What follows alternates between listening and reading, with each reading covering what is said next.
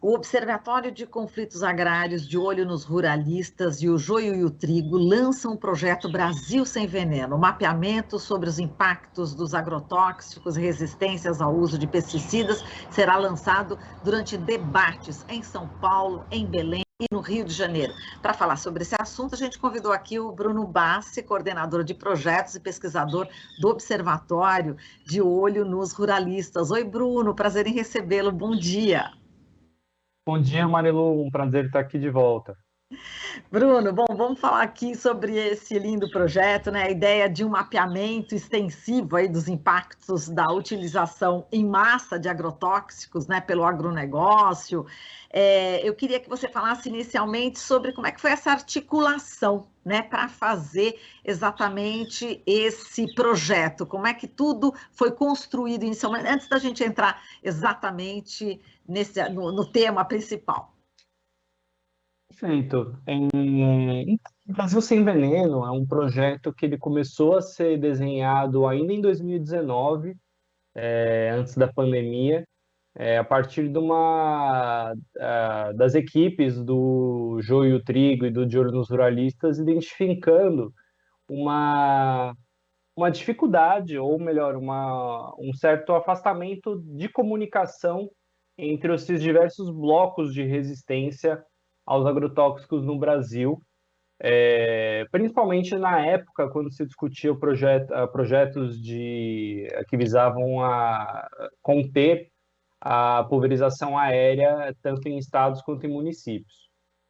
A partir daí a gente teve a ideia de um projeto que estruturasse não apenas uma possibilidade de articulação entre as várias frentes de resistência a esse modelo, como também que ilustrasse em conteúdos didáticos e de fácil acesso tudo que foi produzido de pesquisa no Brasil sobre esses impactos na saúde, impactos ambientais ou impactos em termos de conflitos. Então, a partir dessa ideia, a gente estruturou. Aí veio a pandemia, né, o que acabou atrasando nossos planos. Sim. Mas aí no ano passado, finalmente, a gente conseguiu estruturar esse projeto com o apoio de duas fundações para a gente lançar agora, nessa semana, primeiro com esse mapeamento de pesquisas sobre impactos no corpo humano e na semana que vem com esse mapa de resistências. Exato. Então vai ser assim uma série de reportagens, né, que vocês devem apresentar, né, ao público, e os principais eixos são esses que você falou em relação a essa questão do impacto no corpo humano. Também tem, enfim, mostra iniciativas políticas, né, contra o uso de agrotóxicos também, né? E ainda vocês detalham a perseguição a pesquisadores, né, Bruno? Isso, exatamente, Marilu.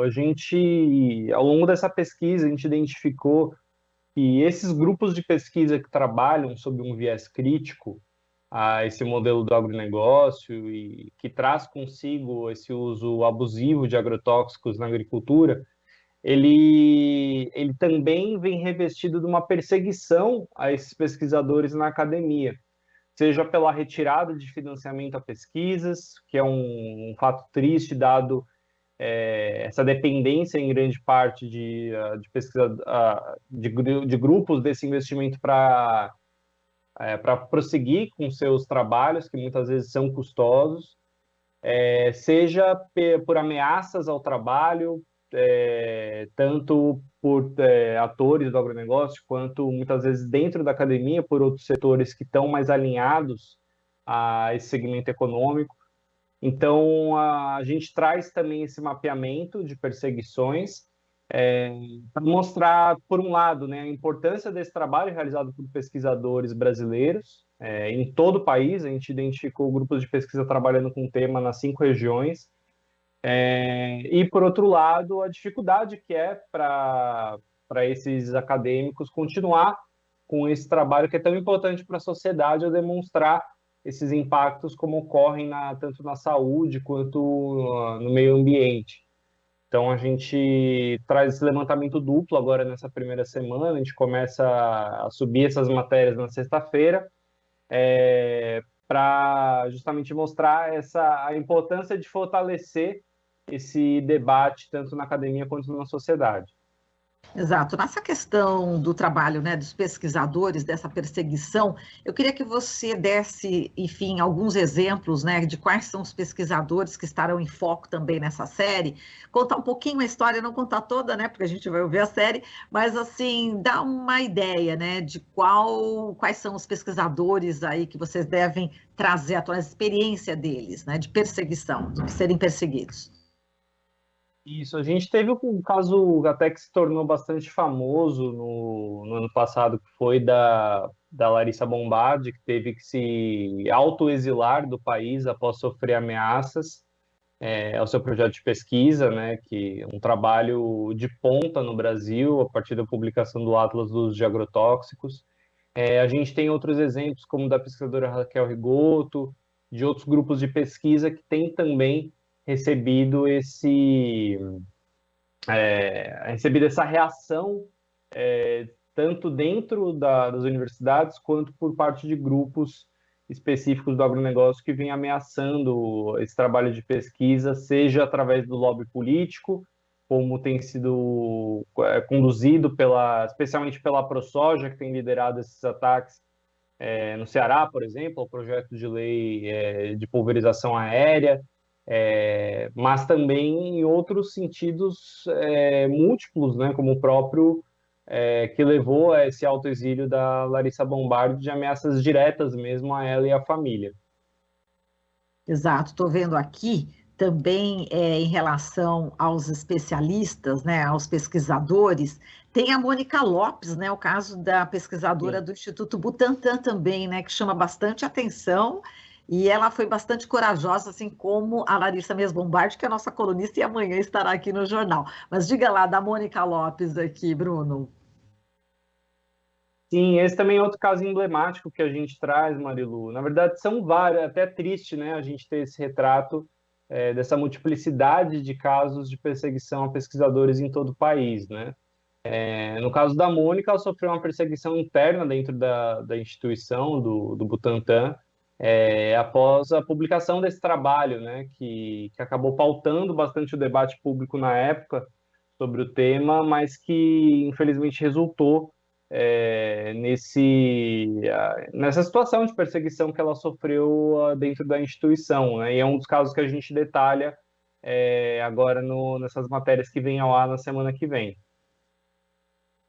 Agora, em relação às iniciativas, né, positivas de políticas públicas adotadas justamente para incentivar aí a agricultura orgânica e contra os agrotóxicos, também vocês devem dar bastante visibilidade, né? Queria que você desse assim alguns exemplos. Isso, a gente realizou um mapeamento extensivo, Marilu. A gente identificou mais de 600 iniciativas de resistência aos agrotóxicos que elas se multiplicam em várias frentes.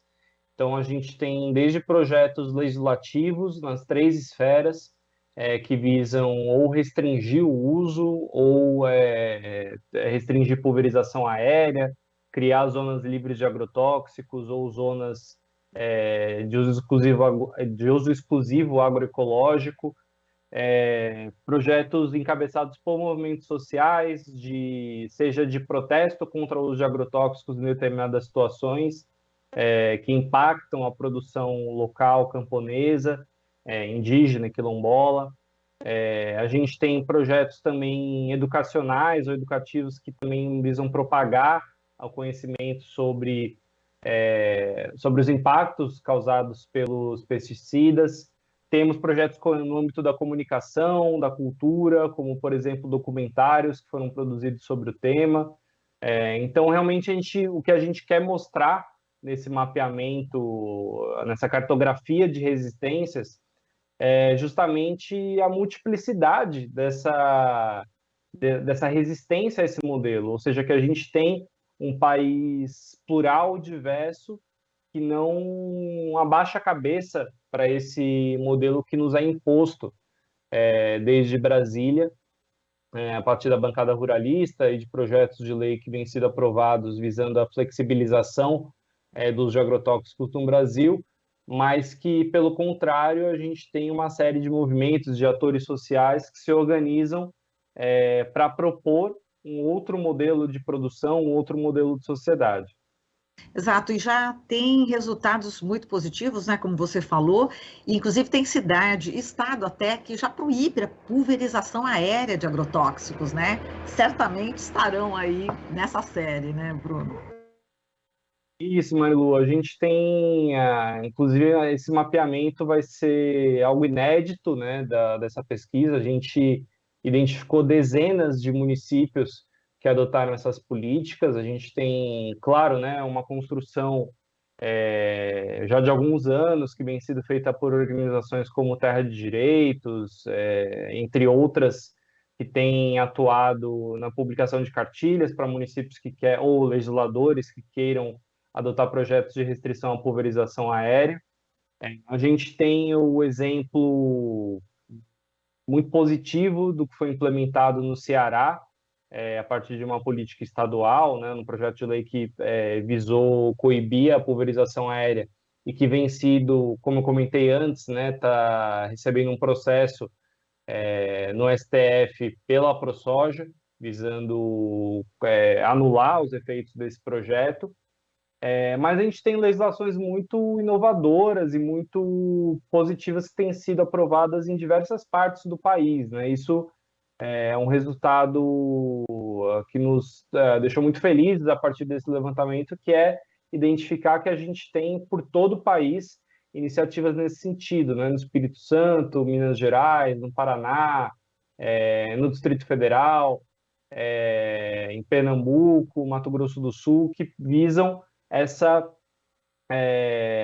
que visam minimamente coibir o uso abusivo ou, em alguns casos, até promover políticas de expansão, de incentivo à agroecologia, de criação de zonas livres de agrotóxicos. Então, a gente vê que é um tema que a sociedade demanda e que vem sido encampado, ainda que abaixo da necessidade que a gente tem ainda, infelizmente, que é fruto da própria representação política, como a gente sabe, né, que é amplamente dominada por esses interesses econômicos do agronegócio, da mineração, de outras indústrias destrutivas do meio ambiente.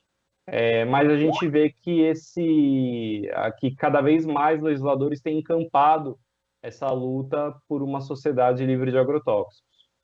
Exato, e interessante, né, Bruno, que vocês vão apresentar um mapa do corpo humano com os impactos à saúde causados exatamente por esses agrotóxicos, né? E a gente tem ouvido, inclusive, especialistas, né, falando que a agricultura orgânica, não é possível que a agricultura orgânica consiga alimentar o mundo, né? Você já ouviu várias vezes, né, isso? E eu fiquei muito espantada de ouvir a Natália Pasternak falando isso, né? Inclusive na CBN ontem. E até já falei com a Larissa Mies Bombardi, vamos ver se a gente consegue aí ponto a ponto amanhã abordar esse tema. Agora, esse mapa do corpo humano vai mostrar, né, exatamente para as pessoas que acham que não tem essa relação, né, de agrotóxico com a saúde humana, vocês vão mostrar esse mapa, achei muito interessante. Como é que vai ser aí apresentado? De que forma? Isso, a gente apresenta esse infográfico mostrando a partir de pesquisas, principalmente pesquisas realizadas, conduzidas no Brasil, esses impactos que ocorrem principalmente nos trabalhadores rurais que lidam com esses produtos, mas não só. Então a gente tem uma variedade, porque infelizmente, né, Marilu, a gente tem no Brasil um modelo de uso que ele é bastante permissivo. Então, a gente tem produtos aqui que ainda são consumidos e estão entre os mais consumidos do Brasil, que já são proibidos em outros países. Você tem produtos que têm causado uma destruição muito grande, inclusive em outras cultivares agrícolas. Então, a gente teve o caso, por exemplo, do 2,4-D, que já é proibido em diversos países do mundo, incluído na União Europeia. Que causou um prejuízo milionário à produção de vinhos no Rio Grande do Sul, e que tem efeitos extremamente danosos à saúde humana e continua sendo usado massivamente no Brasil. A gente tem o próprio glifosato, que é um alvo de uma grande polêmica mundial, né? Acabou de ir para reavaliação nos Estados Unidos, por uma decisão judicial, após ter sido constatada a influência, primeiramente da Monsanto, depois da Bayer, no processo de reavaliação que reautorizou alguns anos atrás o produto. Então, a gente tem uma gama bem ampla de impactos à saúde humana causados por esse uso abusivo, e principalmente pela toxicidade desses produtos, que é permitida no Brasil ainda, infelizmente, e que, a partir desse lobby que é encampado no Congresso Federal, que é representado especialmente pelo PL do Veneno, o projeto 6299, mas não só, infelizmente, a gente tem outros projetos ainda que visam flexibilizar esse uso ou ampliar esse uso. A gente, infelizmente, tem um cenário em que essa restrição ao uso, esse disciplinamento ao uso de agrotóxicos, ele tem se tornado cada vez mais difícil, o que permite casos como esse, né, de a gente ter contaminações em massa, de ter casos tristes, como foi em Rio Verde, em Goiás, com a contaminação de uma escola inteira, professores e alunos, por pulverização aérea, o uso de agrotóxicos em ataques químicos contra comunidades indígenas no Mato Grosso do Sul. Então, infelizmente, a gente tem esse contexto político que autoriza esse uso de produtos extremamente tóxicos, em último caso, contra a população, né? Exato. E, Bruno, nosso tempo, infelizmente, acabou. Eu vou dar aqui o serviço aqui para o pessoal participar, quem puder estar em São Paulo, aqui no próximo sábado, no Armazém do Campo, já a partir das 11 da manhã, lá no Armazém do Campo, a gente compra orgânicos, né, onde se comercializa produtos do Movimento dos Trabalhadores Rurais Sem Terra, e vai ter um debate, inclusive bastante interessante, que você, né, Bruno, vai mediar. Vai estar o Moriti Neto e Shirley Alves, né, do Joio e o Trigo, a Mônica Ferreira, da campanha permanente contra os agrotóxicos e pela vida, e do Fórum Paulista de Combate aos Agrotóxicos e Transgênicos, e a Carla Bueno, do MST, com a mediação do nosso querido Bruno Bassi. Bom, depois a gente volta em outro dia a falar do Rio de Janeiro, do Pará, enfim, a gente vai acompanhando o lançamento aí desse projeto Brasil Sem Veneno. Parabéns pela iniciativa, Bruno. Um forte abraço para vocês. Eu sou fã aí De Olho nos Ruralistas e o Joio do Trigo. Um beijo. Muito obrigado, Marilu. Agradeço a todos. Eu que agradeço, viu? Falamos aqui com o Bruno Bassi, coordenador de projetos e pesquisador do Observatório De Olho nos Ruralistas. Ó, de olho, hein? Aqui você ouve as notícias que os outros não dão. Jornal Brasil Atual.